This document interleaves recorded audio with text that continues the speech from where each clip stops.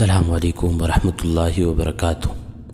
تمام تر حمد و ثنا اس ذات لم یزل کے لیے جس نے انسان کو اشرف المخلوقات بنایا، اور تمام تر درود و سلام اس آقائے دو جہاں پر جو جہانوں کے لیے رحمت للعالمین بنا کر بھیجے گئے۔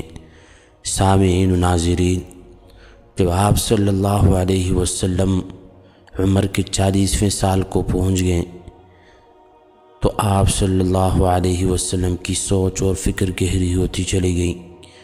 آپ دیکھ رہے تھے کہ تمام دنیا ہلاکت و بربادی کے راستے پر جا رہی ہے، اور اگر اس کی سمت درست کرنے کی کوئی مؤثر کوشش نہ کی گئی تو بنی نوع انسان کا انجام بہت ہی برا ہوگا۔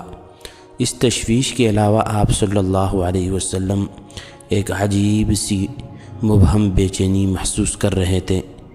گزشتہ 7 برس سے آپ کو گاہیں بگاہیں فرشتوں کی آوازیں سنائی دے رہی تھیں اور غیبی انوارات کا مشاہدہ ہو رہا تھا۔ اس وقت حضور صلی اللہ علیہ وسلم کو تصور تک نہ تھا کہ اللہ تعالیٰ آپ کو آخری رسول کا منصب عطا کرنے والا ہے۔ اس کیفیت نے آپ صلی اللہ علیہ وسلم کو تنہائی پسند بنا دیا، اور آپ مکہ کی گھاٹیوں اور بیابانوں میں وقت گزارنے لگے۔ اب حضور صلی اللہ علیہ وسلم کو اکثر سچے خواب دکھا دیا کرتے تھے۔ کبھی کبھی وادیوں سے گزرتے ہوئے درختوں اور پتھروں سے آواز سنائی دیتی تھی، السلام علیکم یا رسول اللہ۔ آپ پلٹ کر دیکھتے تو کوئی پکارنے والا نظر نہ آتا۔ اس سے پہلے کہ آپ پر وحی کا نزول شروع ہوتا، وحی کی حفاظت کے انتظامات مکمل کر لیے گئے۔ پہلے جنات اور شیاطین آسمان کے قریب جا کر فرشتوں کو ملنے والے احکام اور خبروں کی کچھ سن گن لے لیا کرتے تھے۔ یہ خبریں وہ آ کر اپنے کاہنوں اور جادوگروں کو سناتے تھے، اور وہ ایک سچ میں 10 جھوٹ ملا کر لوگوں پر اپنی فرضی غیب دانی کی داغ پلٹایا کرتے تھے۔ آخری کتاب الہی کی نزول سے پہلے جنات کے آسمان کے قریب آنے اور سن لینے پر پہرے لگا دیے گئے۔ اگر کوئی جن پہلے کی طرح ادھر کا رخ کرتا تو شہاب ثاقب اس کا تعاقب کرتے۔ اس صورتحال سے جنات کو بھی اندازہ ہو گیا کہ عن قریب کوئی بہت بڑا واقعہ ہونے والا ہے۔ ایک کاہن کا بیان ہے جو بعد میں مسلمان بھی ہوا کہ میرے پاس ایک چڑیل آیا کرتی تھی۔ ایک دن وہ گھبرائی ہوئی نمودار ہوئی اور کہنے لگی، کیا تو نے نہیں دیکھا جنات اور ان کی حیرانی کو، ان کی مایوسی اور افتادگی کو، ان کے اونٹنیوں کی پشت سے چمٹنے کو؟ گویا ان تکوینی تغیرات نے جنات کو بھی احساس دلایا تھا کہ نبی آخر الزمان صلی اللہ علیہ وسلم کا ظہور قریب ہے۔ سامعین و ناظرین، حضور صلی اللہ علیہ وسلم نے مکہ سے دور غار حرا کو اپنی گوشہ نشینی کے لیے پسند کر لیا۔ آپ کی عمر کا 40واں سال تھا جب ایک دن یکایک ایک فرشتہ آپ صلی اللہ علیہ وسلم کے سامنے ظاہر ہوا۔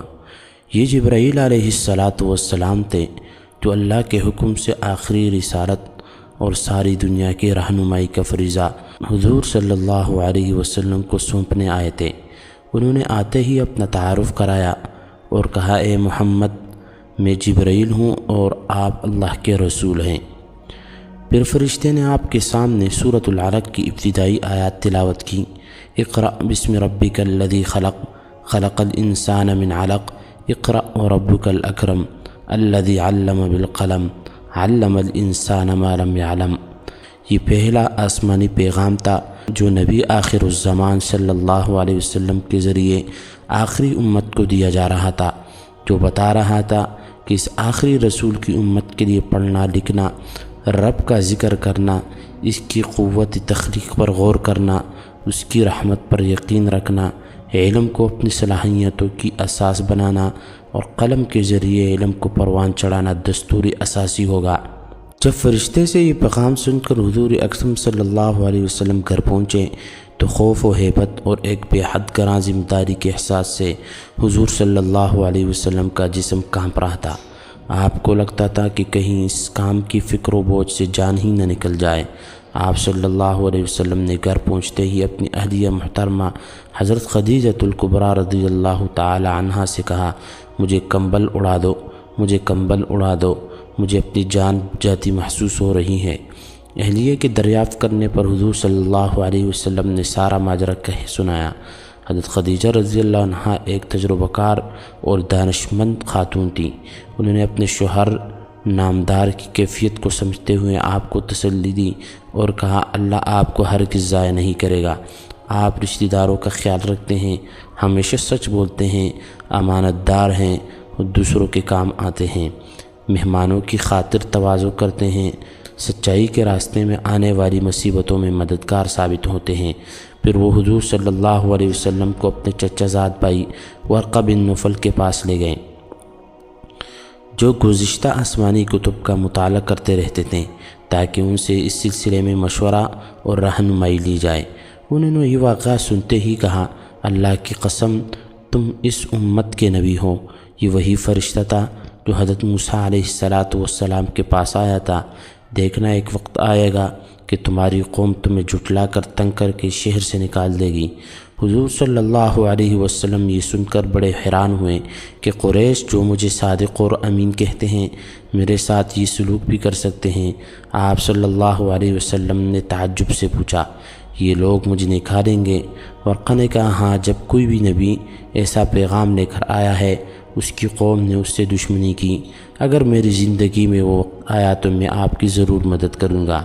سامعین و ناظرین، اب تک کے لیے اتنا ہی۔ مزید جاننے کے لیے میرے اس چینل کو سبسکرائب کریں۔ اللہ حافظ۔